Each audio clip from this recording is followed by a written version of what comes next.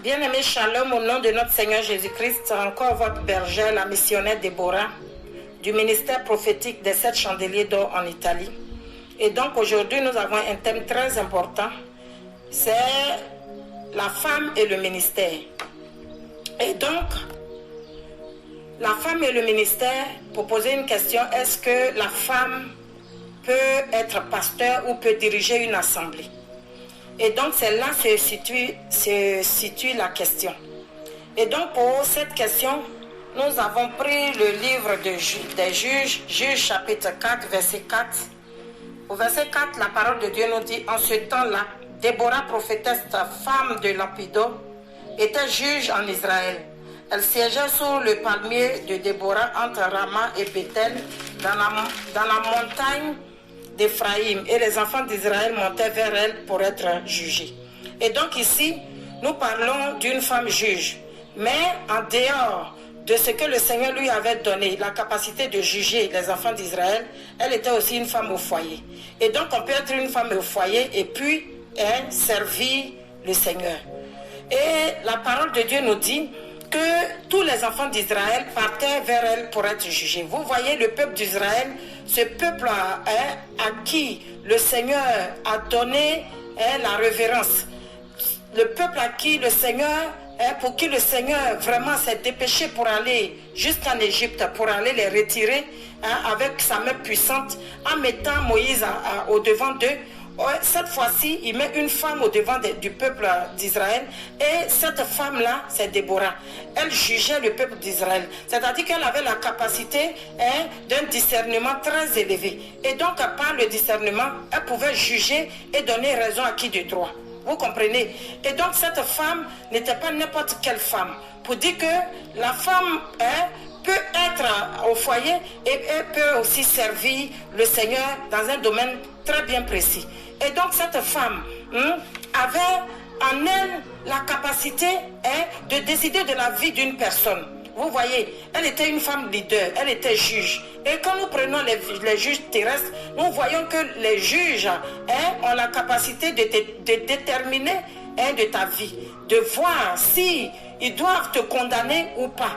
Ici, le Seigneur donne à cette femme d'exercer la justice en Israël. Mais comme elle avait l'Esprit de Dieu, la justice qu'elle exerçait était une justice pure, était une justice sainte. Et donc, la parole de Dieu nous dit que cette femme aussi était prophétesse. Donc, elle avait la capacité de donner raison à qui de droit, et elle avait la capacité d'écouter la voix de Dieu et de parler avec sa bouche le langage de Dieu et de libérer la parole de Dieu sur la vie du peuple d'Israël. C'est en ce moment qu'elle a dit à Barak, elle a appelé Barak et elle a dit à Barak, n'est-ce pas l'ordre qu'a donné l'Éternel, le Dieu d'Israël? Va, dirige-toi sur le mont Tabor et prends avec toi 10 000 hommes, des enfants de Nephtali et des enfants de Zabulon. Vous voyez ici, elle donne un ordre à Barak. Elle dit que l'ordre que je viens de te donner maintenant ne vient pas de moi-même, mais c'est Dieu qui me donne, me pousse à te donner l'ordre. C'est Dieu qui me dit de t'ordonner de faire quelque chose. Tu vois, vous voyez ici, elle dit, n'est-ce pas, c'est au verset 6, n'est-ce pas l'ordre qu'a donné l'Éternel, le Dieu d'Israël? Bien aimé, pendant que Déborah était en train de parler, on ne voyait pas Dieu, mais on voyait Déborah. Mais elle dit que je parle sur l'insi dit de l'Éternel. Vous voyez? Et donc cette femme, la parole de Dieu dit que quand Barak est venu, et elle a ordonné à Barak, de prendre 10 000 hommes des enfants de Nephtali et des enfants de Zabulon. Et donc, elle donne à Barak de s'organiser face à ses ennemis. Et elle lui donne le nombre de ceux qui devaient le suivre. Vous voyez, cette femme avait une capacité surnaturelle qui était propre et unique. Qui était unique à elle-même et unique pour le Seigneur. Vous voyez ici, elle dit, j'attirerai vers toi au torrent de Kison Sisera, chef de l'armée de Jabin, avec ses chars et ses troupes, et je le livrerai entre tes mains. Bien-aimé dans le Seigneur, vous voyez ici, qui est cette femme Déborah? pour livrer Sisera. Hein? Sisera qui symbolise aujourd'hui, hein, le chef, hein, des démons, le chef des sorciers, le chef des esprits impurs. Hein? Vous voyez que Sisera, hein, avait une armée, il avait des chars. Vous voyez, bien aimé dans le Seigneur, pour vous dire que les enfants de Dieu sont attaqués, ils sont menacés par certaines dominations, certains esprits impurs. Mais laissez-moi vous dire, l'Éternel choisit toujours une personne pour vous donner la direction, afin que par la parole de cette personne, qui n'est pas sa parole elle-même, mais qui est la parole de Dieu, vienne pour vous donner une direction, afin de pouvoir suivre cette direction et pour obtenir votre délivrance. Si tu écoutes ton berger, si tu écoutes ton guide spirituel, s'il est vraiment dans le Seigneur, tu vas obtenir ta délivrance. Et voici Déborah ici qui donne une recommandation à Barak. Et elle dit à Barak, je vais le livrer entre tes mains. Vous voyez, avec quel pouvoir cette femme pouvait livrer Sisera entre les mains de Barak. Bien-aimé dans le Seigneur, avec quel pouvoir elle pouvait livrer Sisera entre les mains de Barak? Par la puissance du Saint-Esprit, parce que cette femme était prophétesse. Et quand elle déclare une parole, cela arrive à l'existence. Bien-aimé, si le Seigneur travaille avec toi, c'est pas toi qui vas l'arrêter. C'est pas toi qui vas l'arrêter. Tu ne fais que suivre l'ordre que le Seigneur t'a donné. Bien-aimé, c'est comme ça que Barak lui dit, si tu ne viens pas avec moi, si tu viens avec moi, j'irai. Mais si tu ne viens pas avec moi, je n'irai pas. Vous voyez un homme ici, un homme de guerre, mais qui dit à une femme, si tu ne viens pas avec moi, je n'irai pas. Vous voyez, si tu ne me suis pas, je n'irai pas. Pourquoi? Parce que Barak reconnaissait le ministère qui était dans la vie de cette femme. Il reconnaissait l'autorité de Dieu placée dans la vie de cette femme. Bien-aimés, n'amenons pas de polémiques où il n'y en a pas. Ne disons pas ce que le Seigneur n'a pas dit. Et quand nous prenons le livre de 1 Timothée chapitre 9, verset 15, nous allons prendre 1 Timothée chapitre 9, verset 15. 1 Timothée chapitre 9, verset 15 nous dit: je veux aussi que les femmes, vêtues d'une manière décente, avec pudeur et modestie, ne se parent ni de tresses, ni d'or, ni de perles, ni d'habits somptueux, mais qu'elles se parent de bonnes œuvres, comme il convient à des femmes qui font profession de servir Dieu. Bien-aimés dans le Seigneur, voici, alors que Timothée dit, il y a des femmes qui font profession de servir Dieu. Et qu'est-ce que cela signifie? Des femmes qui font profession de servir Dieu. Ce sont des femmes, professeurs de la matière dans laquelle elles exercent. Un professeur, c'est celui qui maîtrise une matière. Et il devient un maître de cette matière-là. Et donc ici, Timothée dit que ces femmes-là devaient donner un grand exemple de comment il faut s'habiller, de comment il faut se mettre. Il ne faudrait pas que l'apparence nous tue. Il ne faudrait pas qu'elles soient désordonnées dans leur accoutrement. Il ne faudrait pas qu'elles soient désordonnées dans leur manière de s'habiller. Parce qu'elles doivent servir d'exemple. Une femme qui sert Dieu, elle doit servir d'exemple. Par son habillement, par ses maquillages, par tout ce qu'elle fait, elle doit être un exemple. Elle doit être un modèle pour les autres femmes. Elle doit être un modèle pour le peuple de Dieu. Et donc ici, la parole de Dieu dit, dans le verset 11, que la femme écoute l'instruction en silence avec une entière soumission. Je ne permets pas à la femme d'enseigner ni de prendre de l'autorité sur l'homme, mais elle doit demeurer dans le silence. Et donc ici, c'est comme si l'apôtre Paul même venait pour se contredire. Il dit que des femmes qui font profession de servir Dieu, qui sont professionnelles dans la matière qu'elles ont reçue, dans le mandat qu'elles ont reçu. Et maintenant, il vient encore pour dire que la femme écoute l'instruction en silence, avec une entière soumission. Vous voyez, l'apôtre Paul ici ne parlait pas des femmes qui servaient Dieu. Il parlait des femmes qui ne faisaient que créer des désordres dans l'église. Vous comprenez? Il y a des femmes qui sont fortes, hein, pour créer les désordres dans nos églises. Hein? Quand elles ont un problème avec une sœur, elles ont un problème avec leur sœur, au lieu de régler la chose dans le secret, hein, elles préfèrent faire du tapage, et à la suite de leur tapage, bien aimé, il y a des clans dans les églises. Bien aimé dans le Seigneur, il y a un groupe ici, et Dieu ne règne plus au milieu d'eux. Vous comprenez? Et donc l'apôtre Paul ici s'adresse à ce genre de femmes. Hein? Il dit, je ne permets pas, hein, à la femme d'enseigner ni de prendre de l'autorité, hein, sur l'homme, mais elle doit demeurer dans le silence. Maintenant, si l'apôtre Paul, je venais à lui demander, qu'est-ce qu'il dit, hein, de Déborah? Déborah qui a donné un ordre à Barak, et qui a dit à Barak, hein, maintenant, voici l'ordre que le Seigneur te donne. Hein, voici, tu vas faire ça, tu vas faire ça, tu vas prendre une troupe, hein, tu vas prendre une armée, et tu vas l'établir auprès de toi, et moi-même, je vais livrer Sisera entre tes mains. Qu'est-ce que l'apôtre Paul va dire de Déborah, cette servante de Dieu?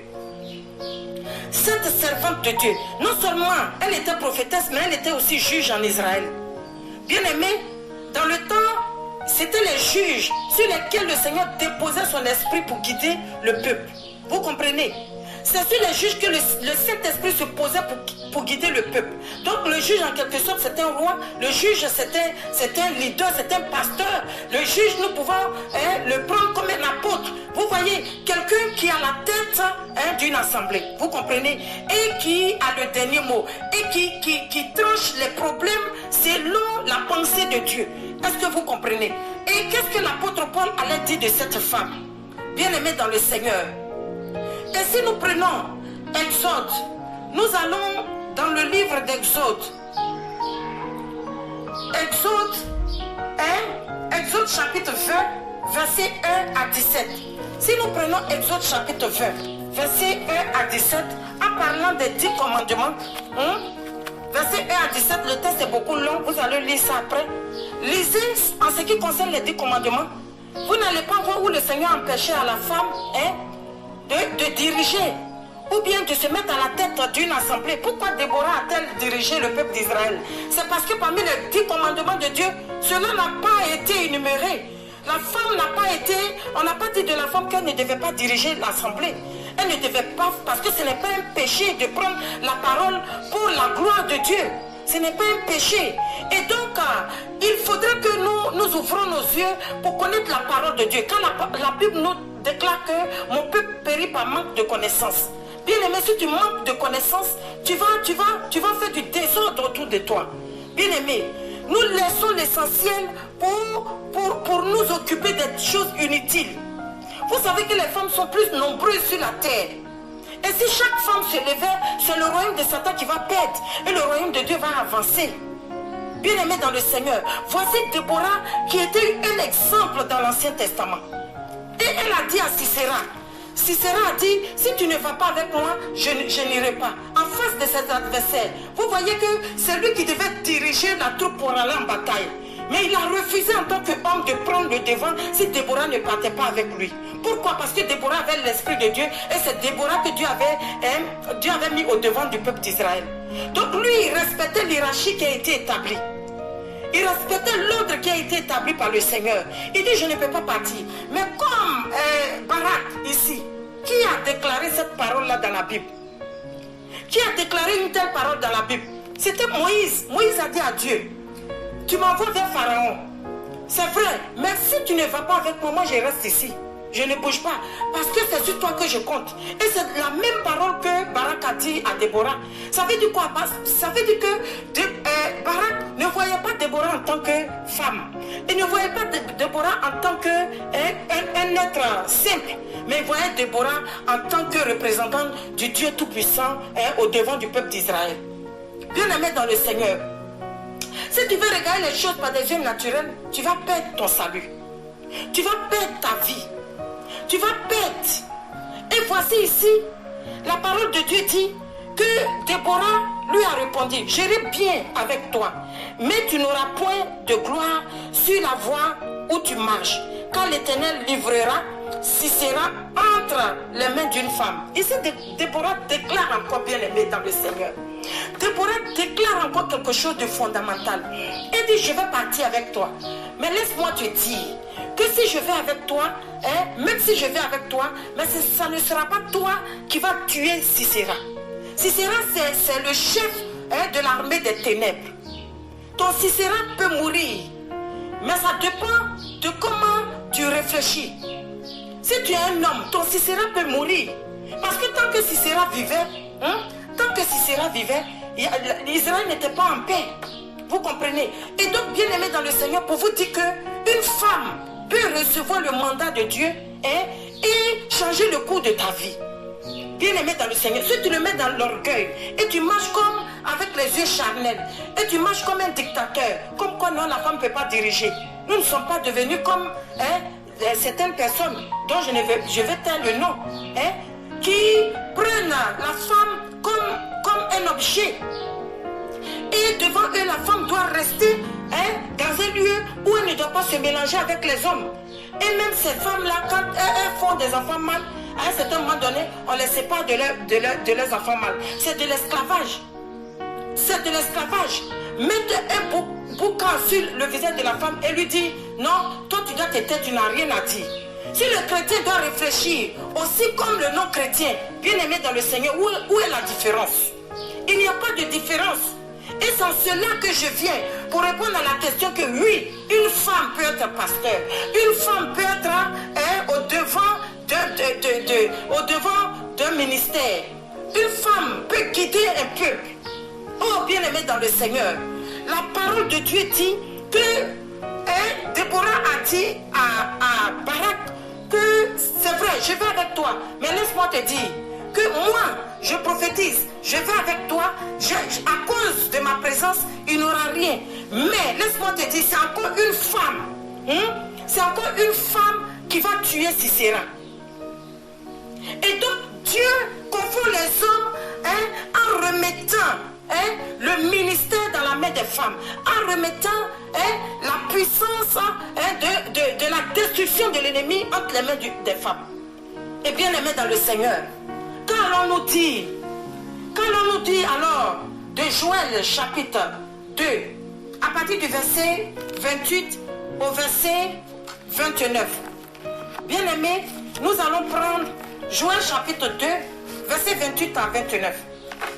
La parole de Dieu nous dit, après cela je répandrai de mon esprit sur toute chair. Vos fils et vos filles prophétiseront. Vos vieillards auront des songes, vos jeunes gens auront des visions. Même sur mes serviteurs et sur mes servantes. Ici Joël, on n'a rien expliqué. Je n'ai encore rien expliqué sur ce passage. Voici Joël précise. Joël en tant qu'un homme saisi par l'Esprit de Dieu, il dit après cela je répandrai de mon esprit sur toute chair, parce que l'Esprit de Dieu parlait au travers de sa bouche pour dire que la mentalité des hommes doit changer. Il dit vos fils et vos filles prophétiseront. Aujourd'hui comme aujourd'hui, dans plusieurs ministères, dans plusieurs églises, ils se disent que la femme se limite aux prophéties. La femme se limite aux prophéties. La femme peut prophétiser, mais elle ne peut pas être au devant d'un ministère. Mais qu'est-ce que ces personnes disent de Déborah qui était juge, qui était au devant du ministère de la justice? Oh, bien-aimés dans le Seigneur, voici encore Joël dit, vos fils et vos filles. Est-ce que les fils ici sont des filles? Si la prophétie doit être seulement indiquée aux femmes, est-ce que ici, où c'est écrit vos fils, est-ce que ces fils-là sont des filles? Et donc Dieu donne en tant qu'aux femmes, autant qu'aux hommes, aux femmes aussi, la même responsabilité. Ici, il s'agit des femmes qui disposent leur vie pour servir le Seigneur. Si tu disposes ta vie pour le servir, le Seigneur va t'utiliser. Ça n'a pas besoin de dire, oui, les femmes peuvent prêcher, les femmes ne peuvent pas prêcher, puis ça devient un sujet de tabou. Non, bien aimé dans le Seigneur. C'est un mensonge du diable. Et le diable a trompé certaines religions du monde pour pouvoir faire taire la femme. Et encore s'il doit mener ça dans l'église, c'est que nous sommes vraiment des ignorants. Et bien aimé, nous devons sortir de l'ignorance. Parce que la parole de Dieu nous dit que mon peuple périt par manque de connaissance. Et si tu n'as pas la connaissance de Dieu, que tu déclares les paroles parce qu'il faut déclarer, tu vas rendre compte à Dieu pour ce que tu as dit. Oh bien-aimé dans le Seigneur. Ici, Joël dit, je répandrai de mon esprit sur toute chair. Vos fils et vos filles prophétiseront. Vos vieillards auront des songes. Vos jeunes gens auront des visions. Même sur mes serviteurs et sur mes servantes. Et donc, qu'est-ce que font les serviteurs de Dieu? Et qu'est-ce que font les servantes de Dieu? Bien-aimés dans le Seigneur, le rôle est équitable. Pourvu que tu aies un bon esprit, un esprit bien disposé. Bien-aimés dans le Seigneur, nous voyons que Déborah, qui s'est complètement laissée utiliser par le Seigneur, elle a dit que Sisera sera livré entre les mains d'une femme. Et effectivement, c'est Jaël. Jaël qui a tué Sisera. Qui a tué Sisera en lui pointant un clou dans la tête. Bien-aimé dans le Seigneur, cette femme courageuse, elle a tué le chef des ennemis d'Israël. Celui qui était à la tête que les combattants d'Israël cherchaient. Pendant que les combattants d'Israël le cherchaient, bien-aimé dans le Seigneur, Jaël l'avait récupéré. Elle avait récupéré à son pouvoir et elle a tué. Parce que le Seigneur veut faire sortir la femme du lieu où on l'avait enfermée. Oh, bien-aimé dans le Seigneur. Nous voyons ici encore, toujours dans le livre de Juges chapitre 5, verset 7. Dans le verset 7, la parole de Dieu nous dit, les chefs étaient sans force en Israël, sans force. Quand je me suis levé, moi, Déborah, quand je me suis levé comme une mère en Israël, bien-aimé dans le Seigneur, le pasteur même c'est un père. Et donc ici, la femme peut être pasteur. Parce qu'elle dit que je me suis levée comme une mère. La mère, c'est celle-là qui organise la famille. Et donc Déborah était une organisatrice de la famille d'Israël. Et elle dit que au moment où les hommes étaient sans force, où les chefs, elle dit les chefs, bien-aimés dans le Seigneur, être chef, ce n'est pas au bout des lèvres. Être chef, c'est avoir le courage d'affronter les difficultés. Et donc, ces chefs-là, Déborah dit, les chefs étaient sans force. En Israël, sans force. Et elle répète encore, sans force. Bien-aimé dans le Seigneur, si le Seigneur donne la capacité à une femme d'avoir une force surnaturelle pour conduire un peuple, ne l'arrête pas, sinon tu freines l'œuvre de Dieu. Elle dit que pendant que les femmes étaient sans faute, elle est fière de taper sa poitrine pour dire que comme je me suis levée, moi, Déborah, quand je me suis levée comme une mère en Israël. Et donc, bien aimée dans le Seigneur, Déborah, non seulement elle avait l'amour de son peuple, alléluia, mais elle avait aussi la capacité de les orienter, de les conduire, de les diriger. Et donc, bien aimée dans le Seigneur, la femme, elle peut être un leader. La femme peut être un leader. La femme peut être pasteur. Et donc, bien aimé dans le Seigneur, nous avons encore un verset à lire. Ça se trouve dans le livre de 1 Samuel chapitre 7, verset 15. 1 Samuel chapitre 7, verset 15. Samuel fut juge en Israël pendant toute sa vie. Voici ici on parle de Samuel. Samuel fut juge en Israël pendant toute sa vie. Quand tu lis l'histoire un peu plus loin, on dit que Samuel était juge et prophète en Israël. Au même titre que Déborah. Vous comprenez? Au même titre que Déborah. Donc il n'y avait pas de différence entre Samuel et Déborah. Les deux allaient de pair par rapport au rôle qu'ils ont exercé. Vous comprenez, bien aimé? Et donc Déborah et puis Samuel, il n'y avait pas de différence.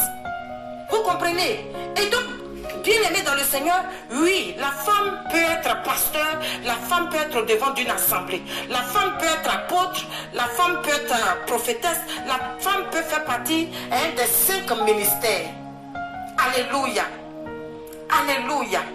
Et donc, bien aimé dans le Seigneur, nous avons encore à prendre un autre verset, un autre chapitre qui se trouve dans le livre de Lévitique.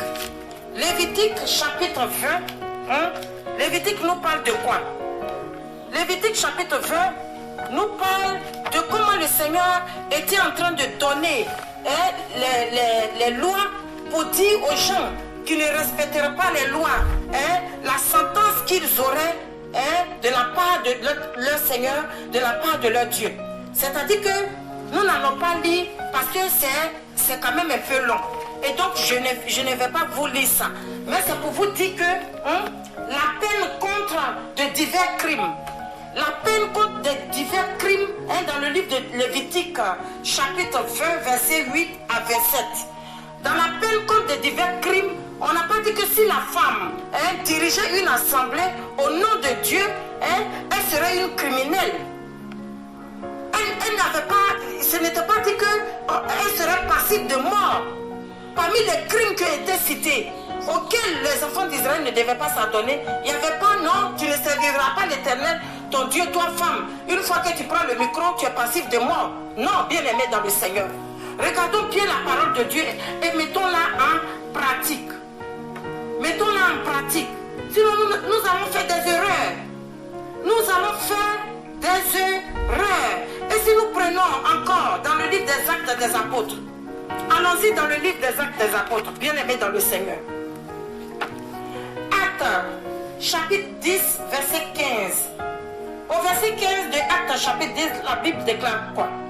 Et pour la seconde fois, la voix se fit encore attendre à lui. Ce que Dieu a déclaré pur, ne le regarde pas comme souhait. Oh bien-aimé, c'est très clair, je n'ai pas besoin de vous expliquer.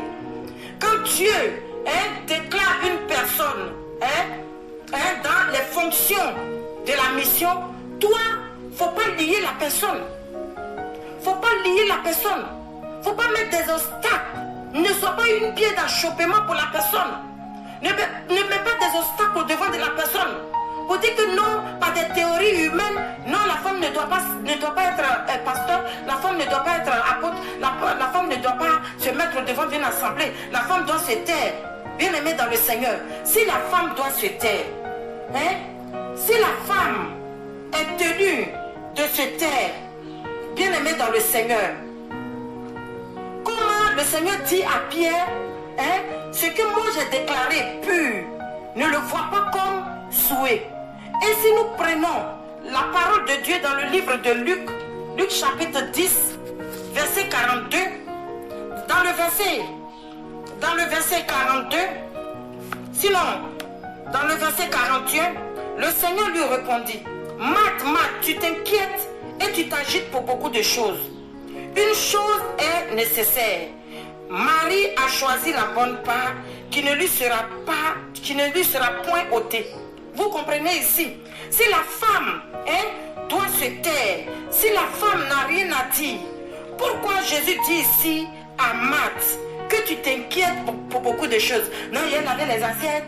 Non, je vais accompagner les enfants. Non, je vais balayer la maison. Non, Jésus est venu, donc il faut qu'il mange. Il faut que je fasse ça là. C'est Jésus qui doit te donner à manger. Parce que c'est lui qui a le pain de vie. Et donc quand Marthe était en train de faire ces choses-là, Jésus la regardait comme ça et puis dit, mais celle-là n'a rien compris. Pendant ce temps, Marie était au pied de Jésus en train d'écouter la parole de Dieu. Quand tu es rempli de la parole de Dieu, qu'est-ce que tu en fais? Quand quelqu'un est rempli de la parole de Dieu, ça veut dire que le Saint-Esprit anime cette personne. Ça veut dire que la personne reçoit la puissance de l'Esprit de Dieu. Et quand tu reçois la puissance de l'Esprit de Dieu te propulse. Il te propulse dans le monde pour être un canal, une source de bénédiction, bien-aimé. Tu deviens une source de bénédiction. Pourquoi? Parce que la source, c'est une eau qui ne s'arrête pas. La source, c'est quelque chose qui est déjà rempli. Et quand quelque chose est rempli, il doit déborder. Quand un verre est plein, il doit déborder. Donc Marie, qu'est-ce qu'elle faisait au pied de Jésus? Elle était en train de chercher à être remplie de la parole de Dieu. Et le Seigneur Jésus dit, une seule chose est nécessaire. Et donc, une seule chose est nécessaire, c'est d'écouter la parole de Dieu, de la mettre en pratique et faire en sorte que la parole de Dieu devienne une lumière dans ta vie. Bien-aimé, le Seigneur Jésus dit à Marthe que Marie, le choix que Marie a fait, ce choix-là ne lui sera pas ôté. Alléluia. Ce choix-là ne lui sera pas ôté. Et qu'est-ce que tu dis de Marc chapitre 16? Marc chapitre 16, à partir du verset 15. Puis Jésus leur dit, aller partout le monde et prêcher la bonne nouvelle à toute la création. Est-ce qu'ici ils ont précisé, les hommes, allez-y partout le monde, et puis annoncer la bonne nouvelle à toute la création, prêcher la bonne nouvelle à toute la création. Est-ce qu'ils ont dit, oui, toi Gilbert, toi Marco, toi Dagobert, va partout le monde. Je ne veux pas voir ta femme Marie derrière toi. Je ne veux pas voir Marc derrière toi. Je ne veux pas voir ta femme Jemima derrière toi. Je ne veux pas voir abondance derrière toi. Toi-même va, laisse-les parce qu'elles doivent préparer pour que tu manges. Quand tu vas venir, tu vas manger et puis remplir bien ton ventre. Et puis maintenant, voilà, c'est ta femme. Non, quand il a dit aller partout le monde, il n'a pas précisé de sexe. Il n'a pas précisé de sexe. Il dit prêcher la bonne nouvelle à toute la création. Celui qui aura cru et qui sera baptisé sera sauvé. Ici encore, celui qui aura cru et qui sera baptisé, on n'a pas fait de précision de sexe. Et si la femme ne se baptise pas? Quand tu acceptes le Seigneur Jésus-Christ dans ta vie, est-ce qu'on ne te baptise pas en tant que femme? On te baptise en tant que femme. Et vous les hommes, je vous pose la question aussi. Est-ce que les femmes là, vous ne les baptisez pas dans vos églises? Vous les baptisez là, ça peut faire quoi? C'est pour les lier quoi.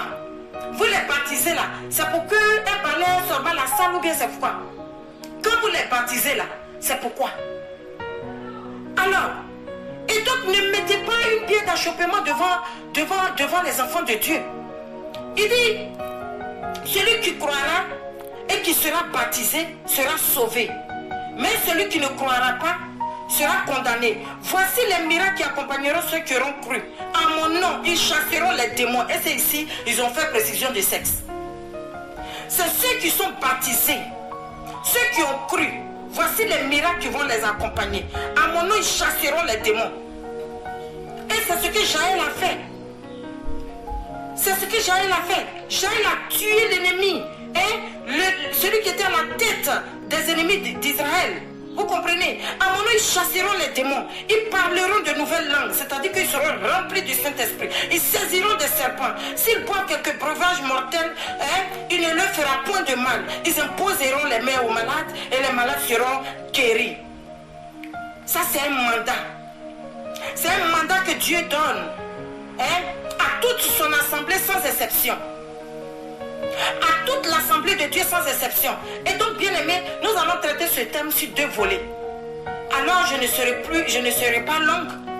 Oh, bien aimé dans le Seigneur, parce que nous allons encore revoir ce thème. Et la parole de Dieu dit, et ils s'en allaient prêchant partout. Le Seigneur travaillait avec eux, confirmant la parole par des miracles qui les accompagnaient.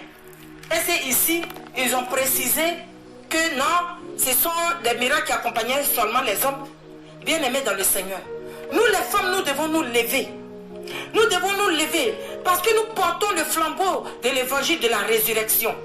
C'est nous que le Seigneur a appelés au jour de la résurrection. Il a permis que nous soyons là au tombeau, au sépulcre, pour voir qu'il était ressuscité. Et quand l'on nous dit de Marie, la mère de Jésus, si Marie n'avait pas disposé son corps, est-ce que Jésus serait entré dans son ventre? Il n'allait pas utiliser l'homme, parce que ça sera une infamie. Vous comprenez? Ça serait une abomination en Israël. Il n'allait pas utiliser, il a utilisé le signe de la femme.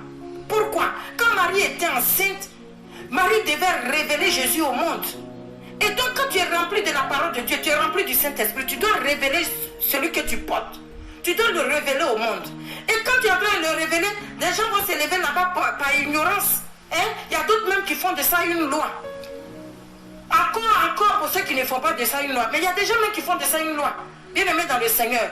Le jour où tu vas quitter la terre, tu vas dire à Dieu, tu rendras compte à Dieu de ce que tu as fait de ça une loi. Et donc sois délivré où tu es. Sois libéré. Parce que les enfants de Dieu doivent venir à la lumière de la parole de Dieu et comprendre ce qui est caché.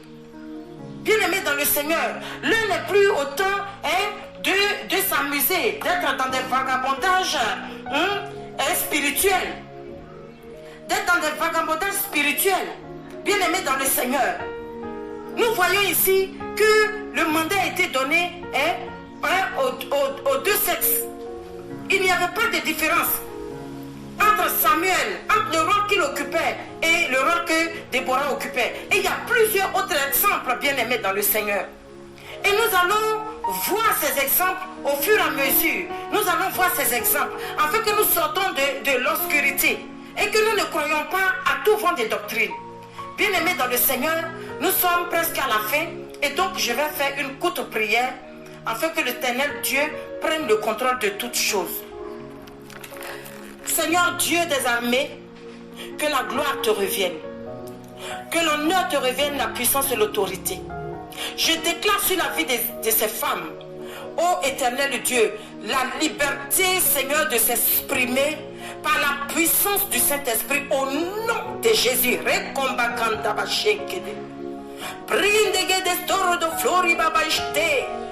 Seigneur, conduis ces femmes afin qu'elles tiennent le flambeau de l'évangile et qu'en ton nom elles crient Abba Père. Seigneur, utilise-les puissamment comme tu as utilisé, ô Éternel, Déborah et Jaël, comme tu as utilisé Marie et tu as utilisé, Seigneur, ô Éternel, tu as utilisé Marie, la mère de Jésus, et Marie qui était aussi à tes pieds, et tu as utilisé Marthe. Seigneur, je te prie de les utiliser puissamment et que Père Éternel Dieu, elles soient des femmes libérées. Libérées dans la pensée, libérées dans les actes, libérées dans les comportements, libérées pour te servir au nom puissant de Jésus-Christ. Veille sur leur vie et protège-les. Bénis le foyer au nom puissant de Jésus-Christ. Mon âme dit ainsi Amen. Amen, shalom bien-aimés. Nous allons nous revoir pour une autre séance. Que Dieu vous bénisse abondamment. Shalom.